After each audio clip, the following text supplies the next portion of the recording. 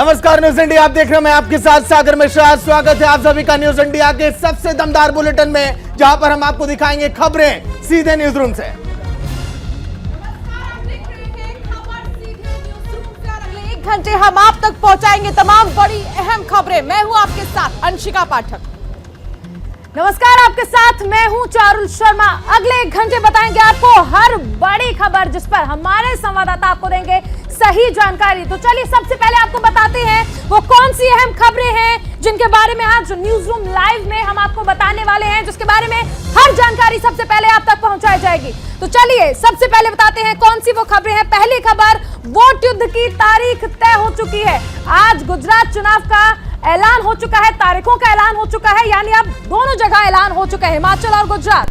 देखिए दूसरी खबर आज के दिन, क्योंकि उपचुनाव में किसका दबदबा है, क्योंकि कई ऐसे राज्य हैं जहां पर उपचुनाव हो रहा है। कितना प्रतिशत मतदान और कितने वोटर पहुंचे, ये भी आप जानेंगे। बिल्कुल, और इसके बाद तीसरी खबर जिसके बारे में हम बात करने वाले हैं, जेल में ऐश पर एक्शन। देखिए किस तरह से जेल मंत्री सत्येंद्र जैन की मुश्किलें जो हैं वो लगातार बढ़ती जा रही हैं, क्योंकि इनसे रिपोर्ट बनाकर भेज दी गई है। चौथी खबर, एनसीआर में सांसों का संकट। जिक्र हमने इसीलिए किया क्योंकि अब दिल्ली में सांस लेना मुश्किल हो गया है। प्रदूषण इस कदर पहुंच चुका है। कितना प्रदूषण, ये भी आपको बताएंगे। कारोबारियों पर आईटी का शिकंजा कस गया है। एक बार फिर से आयकर विभाग की ओर से कई जगह पर कई कारोबारियों के यहां पर अलग अलग ठिकानों पर छापेमारी की गई है। ये खबर भी हम आपको बताएंगे न्यूज रूम लाइव में। तो चलिए आज के दिन की 5 बड़ी खबरें जिस पर हमारी नजर होंगी, लेकिन आज की पहली और बड़ी खबर जो होगी वो होगी चुनाव आयोग से बड़ी खबर। इलेक्शन डेस्क की तरफ फिलहाल न्यूज रूम में एक बड़ी खबर आ चुकी है, क्योंकि चुनाव की तारीखों का ऐलान हो चुका है। विधानसभा चुनाव से जुड़ी बड़ी खबर, वोटर्स अब मोबाइल से शिकायत कर सकेंगे। 100 मिनट में शिकायत का समाधान किया जाएगा। बड़ी खबर आपकी टीवी स्क्रीन पर, चुनाव की तारीखों का ऐलान, यानी कि गुजरात का चुनावी रण जो कि पूरी तरह से सज कर अब तैयार है। अंशिका, बिल्कुल, तो वोटर्स मोबाइल से शिकायत कर सकेंगे। इलेक्शन कमीशन ने कहा है कि वोटर्स को किसी भी समस्या का सामना न करना पड़े। इसको ध्यान में देखते हुए ये फैसला लिया गया है और जल्द से जल्द कोशिश की जाएगी कि उनकी समस्याओं को दूर किया जाए। वोट डालने के दौरान अगर कोई भी समस्या वोटर्स फेस करते हैं तो उनकी समस्या को दूर किया जाएगा कुछ ही समय में। हालांकि सबसे बड़ी बात यह है कि तारीखों का ऐलान हो गया है। गुजरात विधानसभा तारीखों का ऐलान होते ही तमाम जो हलचल है वो गुजरात में तेज है। तो आज ये 27 साल बाद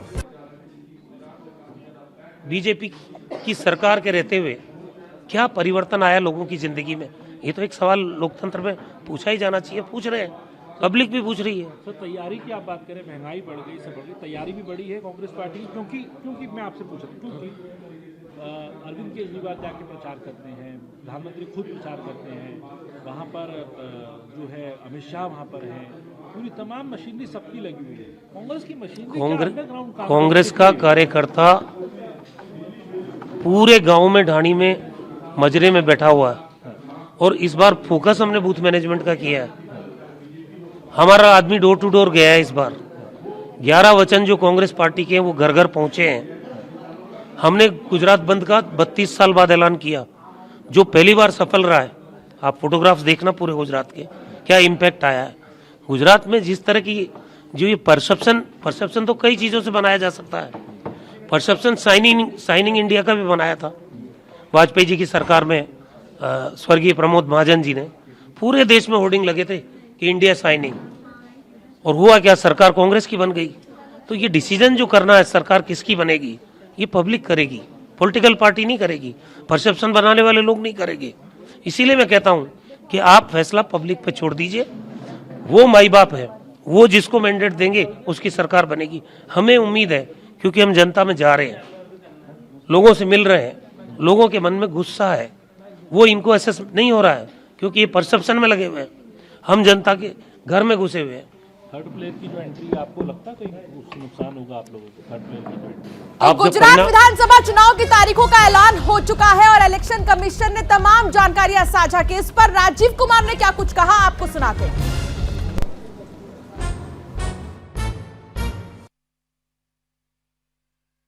The date of issue of notification would be For the first phase, 5th of November, and for the second phase, 10th of November.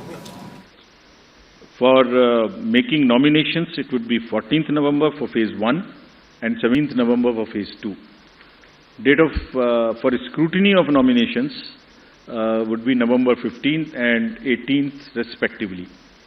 Withdrawal would be November 17th and 21, and date of poll would be 1st and 5th, with the date of counting to coincide with Himachal Pradesh on 8th of December. And the entire process would be completed on 10th of December. तो 1 और 5 दिसंबर को जो है चुनाव होंगे और 8 दिसंबर को मतगणना होगी, राजीव कुमार कह रहे थे। सागर, बिल्कुल, देखिए दोनों राज्यों की तारीखों का ऐलान हो चुका है। उम्मीदें थी लोगों को कि हिमाचल की चुनाव के साथ ही साथ गुजरात की चुनाव की तारीखों का ऐलान होगा। दो तस्वीरें आपकी टीवी स्क्रीन पर दोनों राज्यों की चुनाव से जुड़ी देखिए आप। दोनों राज्यों में चुनाव की तारीख 12 नवंबर को हिमाचल में चुनाव है, वोट डाले जाएंगे। वहीं गुजरात में 1 और 5 दिसंबर जब जनता पहुंचेगी पोलिंग बूथों पर और कैद करेगी मत नेताओं की किस्मत ईवीएम मशीन में। ये दो तस्वीरें बेहद अहम। देखिए, तमाम दिग्गजों का लगातार चुनावी दौरों का दौर भी जारी है, लेकिन विधानसभा चुनाव का बिगुल बजते ही राजनीतिक पार्टियां और भी अब एक्टिव हो चुकी हैं। बिल्कुल, तो देखिए चुनाव का बिगुल बज चुका है और दो तस्वीर आपको हम दिखा रहे थे, हिमाचल की और गुजरात की। लेकिन सबसे बड़ी बात, गुजरात में चुनाव की तारीखों का ऐलान हो गया है और 1 और 5 दिसंबर सबसे महत्वपूर्ण दिन, जहां वोटर्स तमाम दिग्गजों की किस्मत को ईवीएम में कैद करेंगे। और ऐसे में देखना होगा कि आखिर जीत किसकी होगी। 8 तारीख बेहद अहम। चारुल, बिल्कुल बेहद अहम है, क्योंकि सभी को इंतजार था कि आखिर चुनाव आयोग कब तारीखों का ऐलान करेंगे। तो देखिए बिल्कुल बच चुका है, गुजरात चुनाव का 2 चरणों में वोट डाले जाएंगे। इसका जिक्र न्यूज इंडिया लगातार कर रहा था और 2 चरणों में वोट डालने के साथ ही आपको बता दें, व्यवस्थाओं को चाक चौबंद किया गया है। इलेक्शन कमीशन ने भी कहा है 1 दिसंबर को पहले चरण की वोटिंग होगी। 1 दिसंबर को पहले चरण की वोटिंग होगी, क्योंकि 2 चरणों में वोट डालने हैं। तो पहले चरण की वोटिंग 1 दिसंबर को, और पहले चरण में लगभग 89 सीटों पर वोटिंग डाले जाएंगे, यानी कि 89 सीट्स पर पहले चरण में वोट डाले जाएंगे। कुल मिलाकर 182 सीटों पर वोट डाले जाने हैं। बिल्कुल 5 दिसंबर को दूसरे चरण की वोटिंग होनी है। 2 चरणों में चुनाव, पहला 1 तारीख और दूसरा 5 तारीख। दूसरे चरण में 93 सीटों पर वोटिंग होनी है। 182 सीटों की विधानसभा और दूसरे चरण में 93 सीटों पर वोटिंग होनी है। तो देखिए 2 चरणों में होंगे और 8 दिसंबर को गुजरात चुनाव के नतीजे आएंगे। नतीजे जिसका बेसब्री से हर किसी को इंतजार है, वो दिन 8 दिसंबर है और 8 दिसंबर को नतीजे आएंगे। तो कुल मिलाकर ये साफ हो गया है कि 2 चरणों में वोट डाले जाएंगे। 1 और 5 दिसंबर का दिन बेहद महत्वपूर्ण। बिल्कुल चुनावी बिगुल बज चुका है और ऐसे में हर राजनीतिक पार्टी ये दावा कर रही है कि जीत उससे ही होने वाली है। हालांकि 182 सीटों की विधानसभा सीट अगर हम गुजरात की बात कर ले तो लंबे वक्त से यहां पर गुजरात में भारतीय जनता पार्टी ही सत्ता में है। कांग्रेस तमाम कोशिशें कर रही थी, लेकिन इस बीच आम आदमी पार्टी के आने से अभी मुकाबला त्रिकोणीय हो चुका है। आम आदमी पार्टी ने दिल्ली के बाद पंजाब और पंजाब के बाद वही मॉडल यानी दिल्ली मॉडल जो है वो गुजरात में जिक्र किया है, यानी फ्री स्कूल, फ्री शिक्षा और ऐसे तमाम वादे। लेकिन ये वादे कितना असर डालेंगे? क्या वाकई आम आदमी पार्टी दिलचस्प मुकाबला दे पाएगी या फिर नहीं, ये नतीजे बताएंगे। लेकिन कांग्रेस इस सब में खुद को कहां दिख पाती है, इस पर भी सभी की निगाहें टिकी हुई है। अंशिका, बिल्कुल, देखिए हमारे साथ कुछ खास मेहमान जुड़ गए हैं, हम लोग उनसे भी बातचीत करेंगे। वरिष्ठ पत्रकार भी हमारे साथ है और राजनीतिक विश्लेषक भी हमारे साथ है। लेकिन सबसे पहले राजनीतिक विश्लेषक की तरफ ही हम जाएंगे, क्योंकि इस बार का चुनाव बेहद दिलचस्प है। तो ऐसे में ये जानना भी बहुत जरूरी हो जाता है कि आखिर इस बार के चुनाव में कितना ज्यादा मुकाबला किसके बीच में होगा।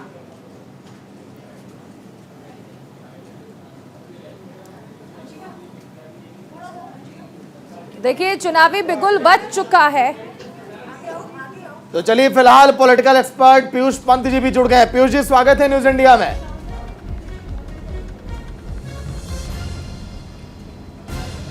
चलिए पीयूष जी, देखिए गुजरात चुनाव कहा जा रहा है कि हर बार की अपेक्षा इस बार थोड़ा अलग है, क्योंकि आम आदमी पार्टी के आने से यहां पर त्रिकोणीय मुकाबला दिखाई दे रहा है।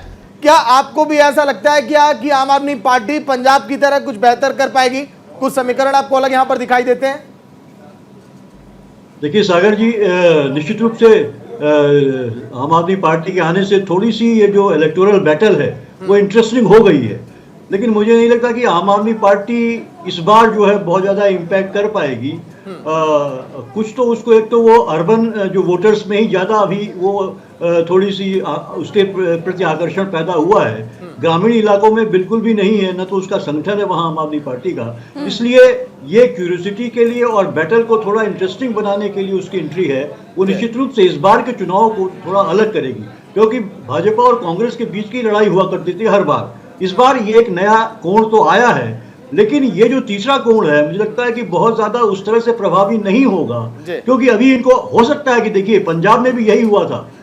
अब अगली बार के चुनाव में हो सकता है कि आम आदमी पार्टी बेहतर स्थिति में होगी, लेकिन फिलहाल मुझे नहीं लगता कि बहुत ज्यादा कुछ कर पाएगी। हाँ, मैक्सिमम हो सकता है कि शहरी इलाकों में ये है कि ये भारतीय जनता पार्टी के वोट को शायद जो है थोड़ा बहुत डेंट कर सकती है। बिल्कुल। पीयूष जी आप बने रहिए हमारे साथ। एक और राजनीतिक विश्लेषक हैं राजेश जी, मैं आपके पास आना चाहूंगी, आपसे समझना चाहूंगी कि देखिए पिछली बार के अगर हम चुनाव की बात कर ले राकेश जी, तो बीजेपी को 99 सीटें मिली थी और कांग्रेस को 77, यानी कांग्रेस का जो वोट शेयर था वो बढ़ा था, सीटें बढ़ी थी, तो कांग्रेस को उम्मीद जागी थी, लेकिन बीजेपी की टेंशन बढ़ गई थी। ऐसे में आम आदमी पार्टी के आने के बाद किसके लिए अच्छा हो सकता है और किसके लिए बुरा?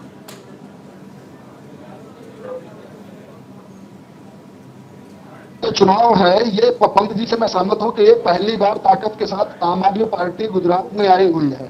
लेकिन आप देखेंगे जब पंजाब की आप बात करते हैं तो एक पारी खेल चुके थे, उनको संगठन बनाने में और सब चीजों में समय लगता है। इसमें दो राय नहीं कि लड़ाई अगर उनकी होगी तो आने वाले चुनाव में होगी।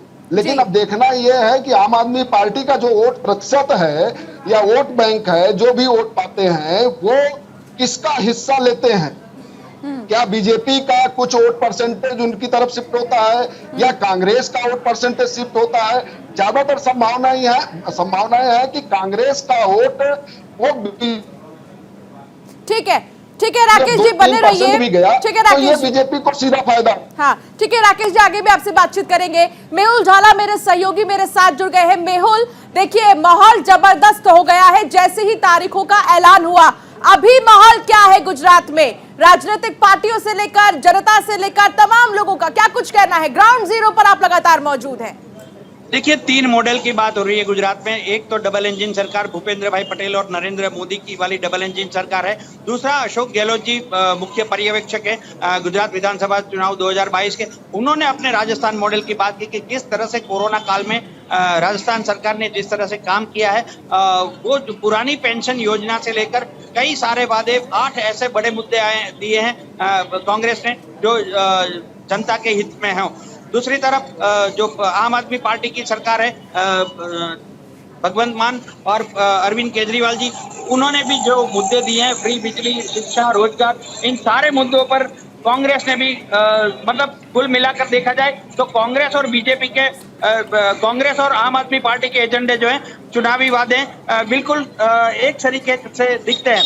भारतीय Janata Party metro rail, river front, Atal bridge से लेकर कई सारी जो विकास की योजनाएं हैं, पानी चाहे पहुंचाना हो, इलेक्ट्रिसिटी हो, कई सारे मतलब अभी एयरफोर्स के लिए जो बनाया गया मालवाहक जहाज बड़ौदा में बनेगा, उस तरह के कई सारे प्रोजेक्ट इम्प्लांट किए हैं गुजरात में और कई सारी जो सुविधाएं हैं वो गुजरात की जनता के लिए मुहैया कराने का वादा किया है। अब जनता का मन है किस तरह से कौन से वादे उनको सही और सुचारू लगते हैं, क्योंकि बार बार लगातार अरविंद केजरीवाल और मनीष सिसोदिया गुजरात की शिक्षा व्यवस्था पर सवाल उठा रहे हैं। कई सारे ऐसे मुद्दे हैं कि हम हर महानगर पालिका क्षेत्र में हर 4 किलोमीटर की दूरी पर एक बहुत बढ़िया आलीशान और शानदार सरकारी स्कूल बनाएंगे, उस तरह के वादे किए हैं।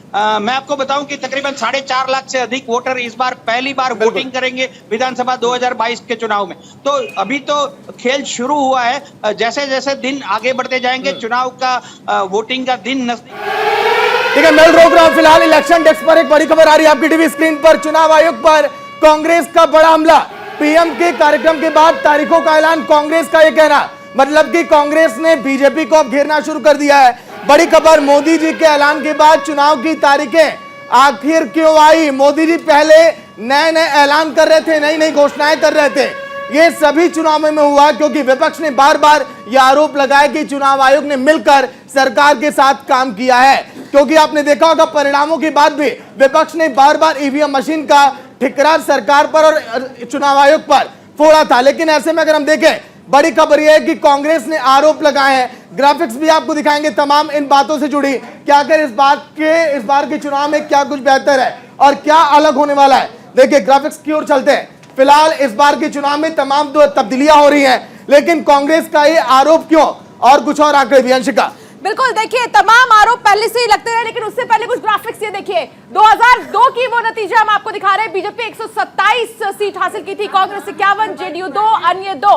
वोट प्रतिशत भी हम आपको दिखा रहे हैं, 49% लगभग वोट प्रतिशत था बीजेपी का, कांग्रेस का 39, जेडीयू का 0 और अन्य का 5.7%। लेकिन एक चीज यहां पर देखिए समझनी पड़ेगी, वोट प्रतिशत की अगर हम बात करें 49.9, ये जैसे जैसे साल दर साल 5-5 साल के बाद चुनाव होते चले गए, ये ग्राफ थोड़ा सा कम होते चला गया है। इसीलिए कहा जा रहा है कि इस बार तस्वीरें थोड़ी अलग हैं। पवन खेड़ा ने क्या कुछ कहा है, जो हमने आपको बड़ी खबर बताई, सुनिए उस पर। तारीख क्यों नहीं आ रही थी, ये सबसे बड़ा सवाल है। और रोज प्रधानमंत्री जी कहीं ना कहीं गुजरात में जाके यहाँ तक कि जो राजकीय शोक होना था मोरबी का, उस तक को टाल दिया गया कि पहले मोदी जी अपने सारे रिबन काट दें, नई नई वेशभूषा में दिन में 3 बार आएं, रिबन काटें और घोषणाएं करें और उसके बाद चुनाव की तिथि घोषित। तो ऐसे कभी होता है क्या? कहाँ बन रहा है ये परसेप्शन? आपके स्टूडियोज में बन रहा हो तो बन रहा हो। गुजरात की असलियत आप वहाँ आइए हमारे साथ, आपको दिखाते हैं। गुजरात में ग्राउंड पे कहीं इस पार्टी का नाम नहीं है, आप लोग चलाए जा रहे हैं। तो आपको बता दें कि पवन खेड़ा का यह कहना है कि जिस तरीके से तारीखों का ऐलान हुआ है, नए नए हथकंडे अपनाए जा रहे हैं बीजेपी की तरफ से, सीधे तौर पर आरोप भारतीय जनता पार्टी पर, चुनाव आयोग पर कांग्रेस ने बड़ा हमला बोला है। सागर, तो चलिए फिलहाल देखिए कार्यक्रम को लेकर जो अभी सवाल खड़े किए जा रहे हैं। सहयोगी राजीव तिवारी भी लाइव जुड़े हुए हैं। राजीव, ये आरोप लगा रही है अब कांग्रेस अब बीजेपी पर कि पीएम नरेंद्र मोदी की रैलियों के बाद ही चुनाव की तारीखों का ऐलान क्यों? वैसे हर बार ऐसा होते चला आया है, आरोप प्रत्यारोप की राजनीति हुई है चुनाव की तारीखों के ऐलान के बाद। राजीव,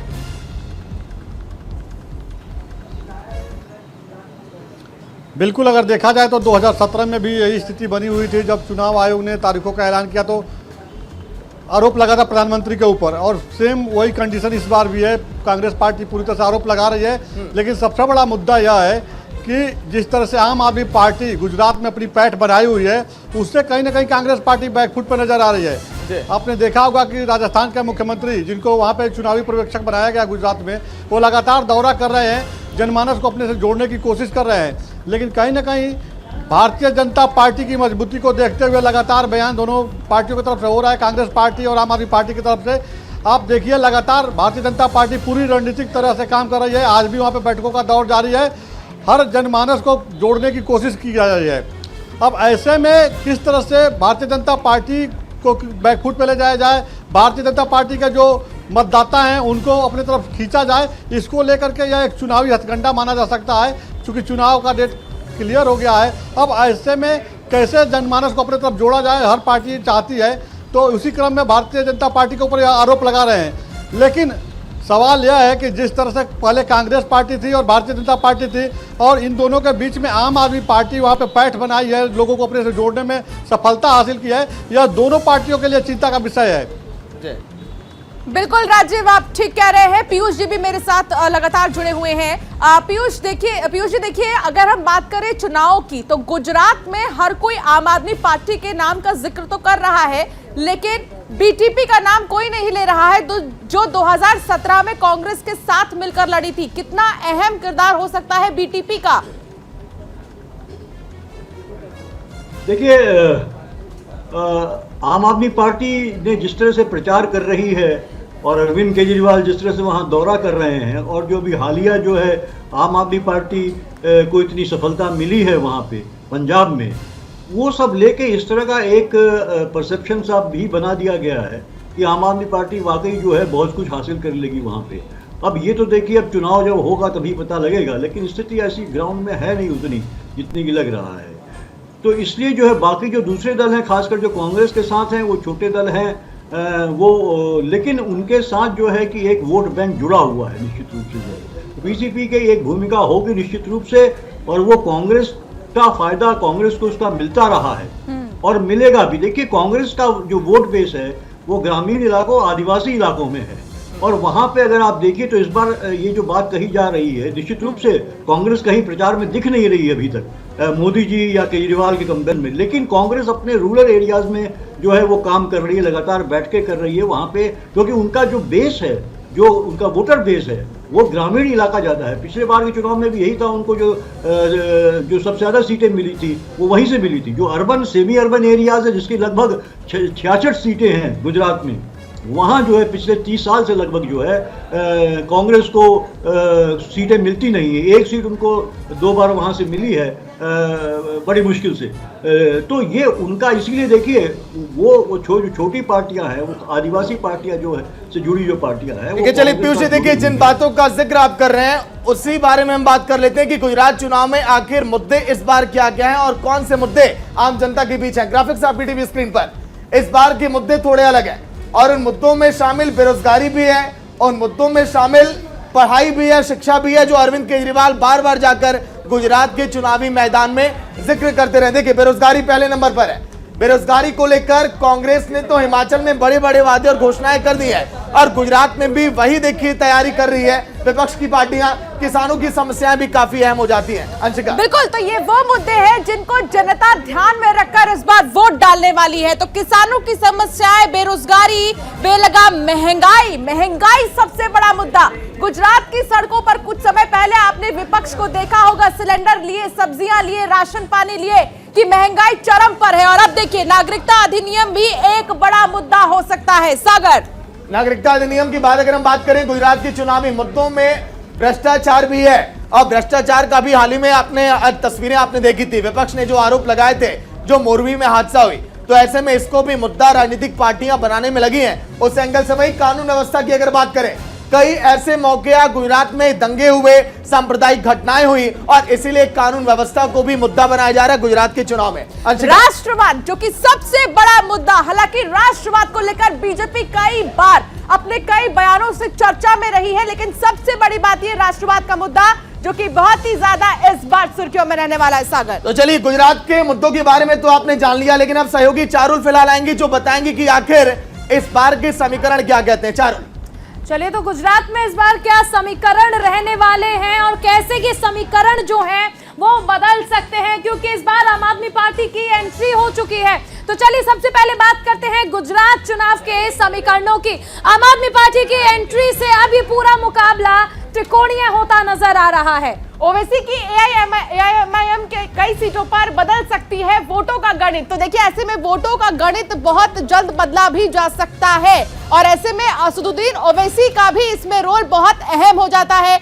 और देखिए, ये वो तमाम समीकरण हैं जो अब तक बने हैं गुजरात में। चारुल, बिल्कुल, हमारे साथ सहयोगी राजीव तिवारी भी बने हुए हैं। राजीव, देखिए इस बार समीकरण बदले हुए हैं। एक तरफ गहलोत क्या जादू करते हैं, डबल इंजन की सरकार काम करेगी या फिर आम आदमी पार्टी अपना दिल्ली मॉडल लागू करेगी। कई सारी चीजें ऐसी हैं जिसने पूरी तरह से गुजरात चुनाव का समीकरण जो है वो बदल दिया है। राजीव,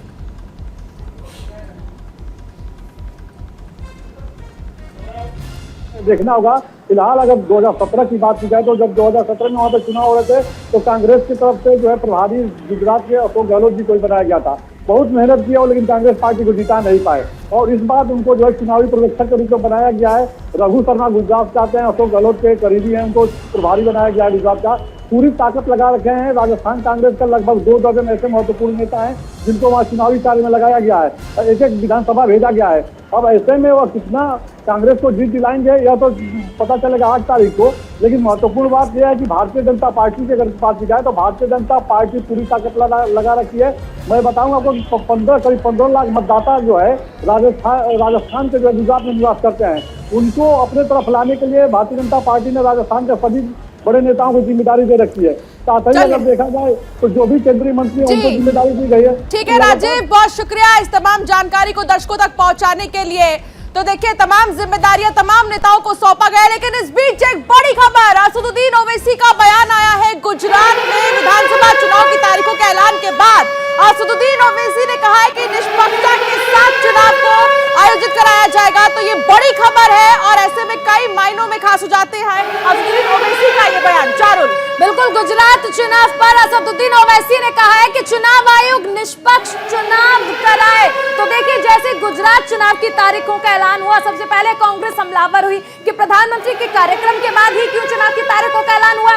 ऐसे में पीछे तो ओवैसी साहब भी नहीं रहे। क्या कुछ कहा असदुद्दीन ओवैसी ने, सुनाते हैं आपको।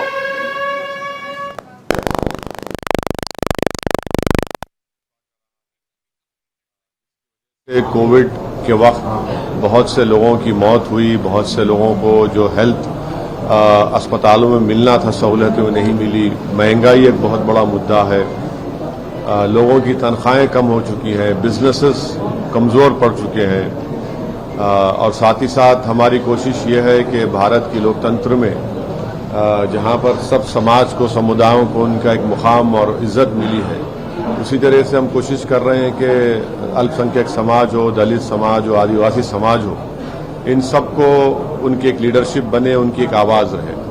तो ये अहम मुद्दे हैं गुजरात के चुनाव में और बहुत से और भी मुद्दे रहेंगे। विधानसभा के इंडिविजुअल इश्यूज हैं, प्रॉब्लम्स हैं।